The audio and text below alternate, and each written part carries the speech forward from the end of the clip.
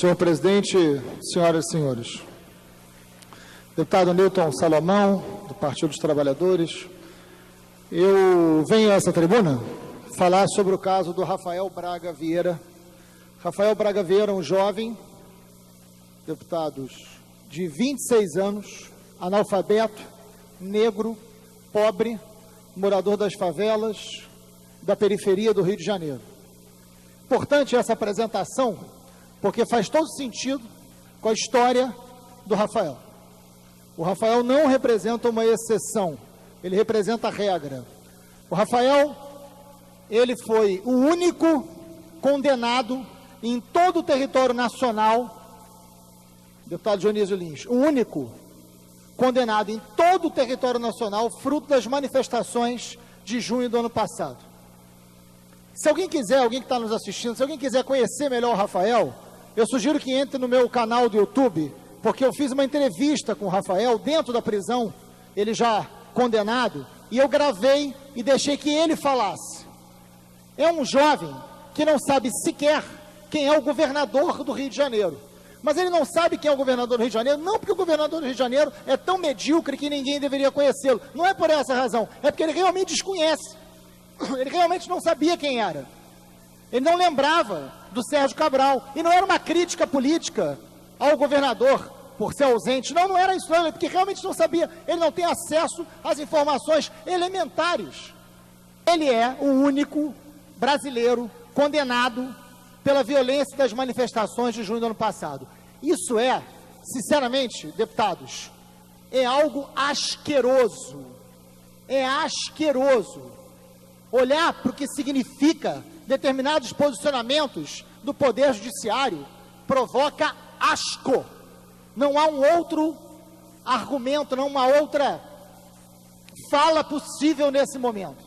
Quero dizer, e respeito muitos juízes, respeito muitos promotores, não estou aqui cometendo as generalizações. Estou falando de um caso específico, por mais que não seja exceção. Basta entrarmos no sistema prisional que vamos encontrar muitos e muitos casos semelhantes ao do Rafael. Mas enfim, ele sequer estava na manifestação do dia 20. A sua prisão, deputado Newton Salomão, data do dia 20 de junho, data da maior manifestação de todos os tempos do Brasil, aquela que reuniu mais de 1 milhão de pessoas na Presidente Vargas.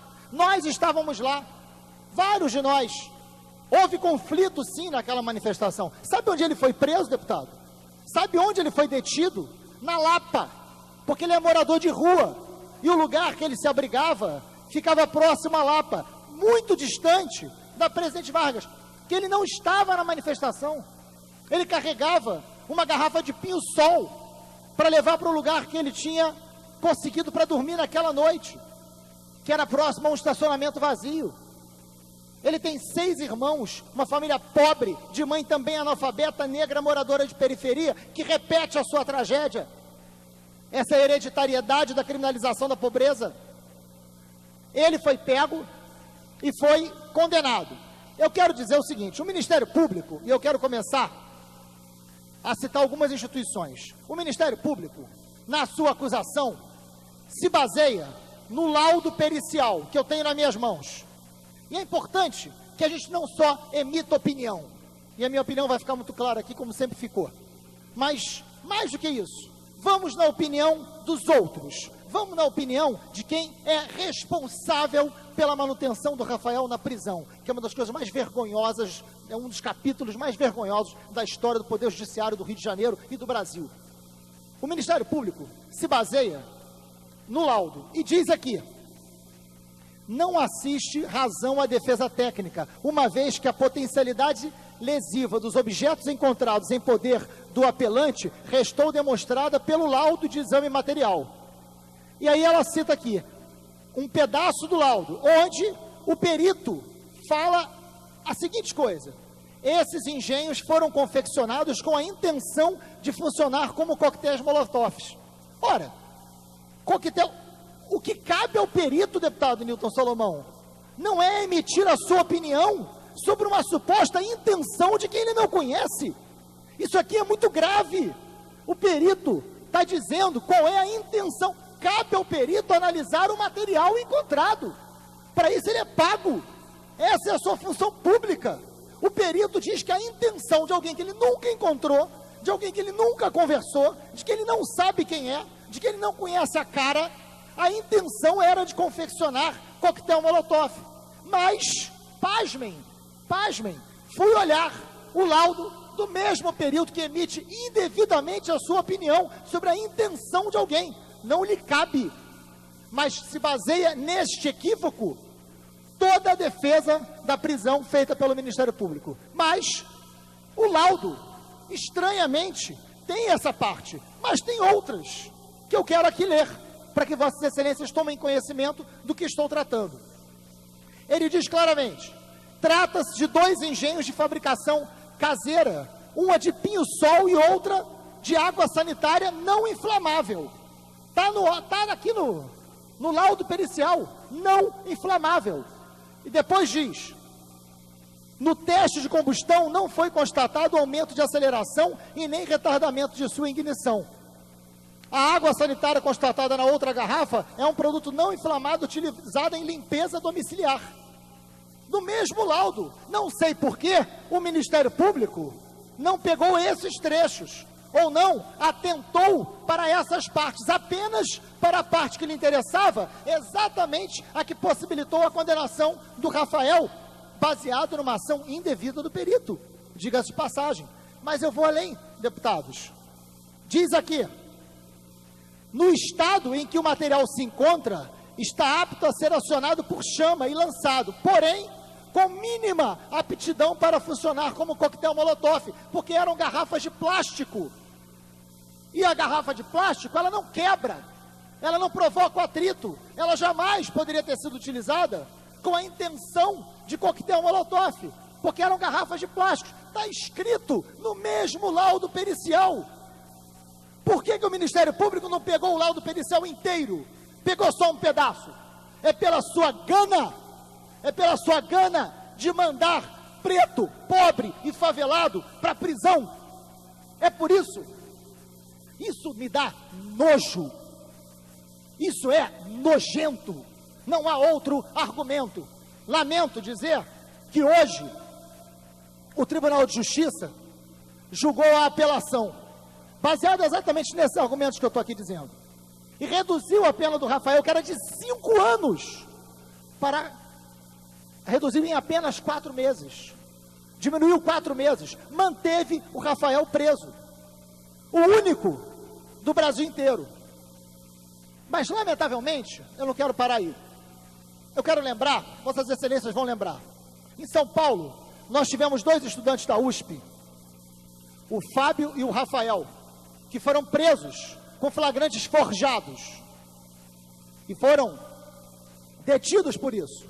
No dia 6 de agosto, a Folha de São Paulo, e eu quero aqui, faço questão de citar, o jornal A Folha de São Paulo fez um editorial da Folha de São Paulo. O título do editorial do dia 6 de agosto, vale a pena quem está em casa nos assistindo, buscar na internet e ler o editorial da Folha de São Paulo, dia 6 de agosto, que diz bomba ideológica.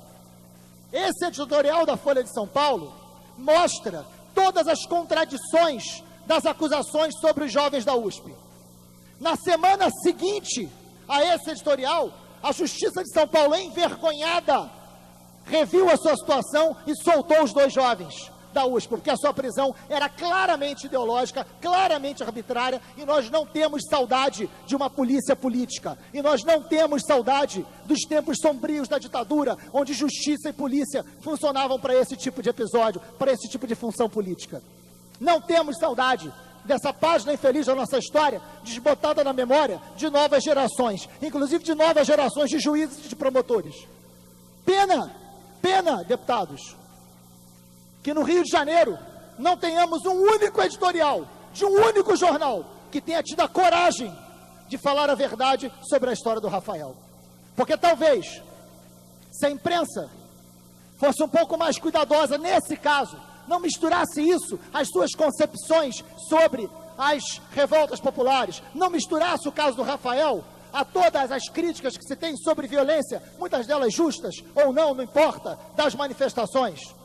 Mas não, usaram o Rafael como bode expiatório para aquilo que queriam condenar, porque eram alvo, muitas vezes, das próprias críticas. Sempre discordamos dos métodos violentos da manifestação. Acreditamos na institucionalidade, acreditamos na democracia. Não concordamos nem com a violência do Estado, desproporcional em vários momentos, nem com a violência dessa resistência, nem com a violência das manifestações. Mas o que não se pode é ficar cego, surdo e mudo diante de tamanha injustiça. Infelizmente não tivemos nenhum editorial com o mínimo de coragem para falar a verdade sobre esse jovem. Porque é mais um